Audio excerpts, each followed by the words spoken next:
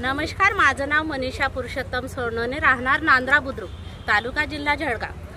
आमच्या इथे जे वाळूचा हा वाद चालू आहे गावांमध्ये, नांद्रा, पिलखडा, फेसर्डी, नंदगाव आणि कानडदा ह्या गावांमध्ये जो आम्हाला त्रास होणार आहे तो आम्ही सहन करणार नाही। ह्या ज्या महिला आलेल्या आहेत, आम्ही तेवढे सर्व कामं, घरं दारं सर्व सोडून येतं आम्ही त्याच कामासाठी आलेले आणि आमची वाटचाल पुढे अशीच चालू राहणार आहे। कारण आमचे मुलं जो आहेत 15-16 वर्षाचे मुलं आहेत आमचेवाले, तर ते आम्हाला आता सहज म्हणतात की आम्ही वाढू व्हायला जाऊ, आमच्या गावात वाढू सुरू होणार आहे, आम्ही शिक्षणाकडे लक्ष देणार नाही।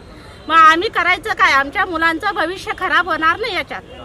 त्याच्यामुळे आम्ही जिंकू किंवा मरू, शेवटी आम्ही जिंकणार किंवा मरू, दोघी गोष्टींमध्ये आम्ही पुरेपूर एवढ्या महिला सर्व आम्ही पुढाकार घेतलेला आहे। पुढे काही प्रश्न अजून?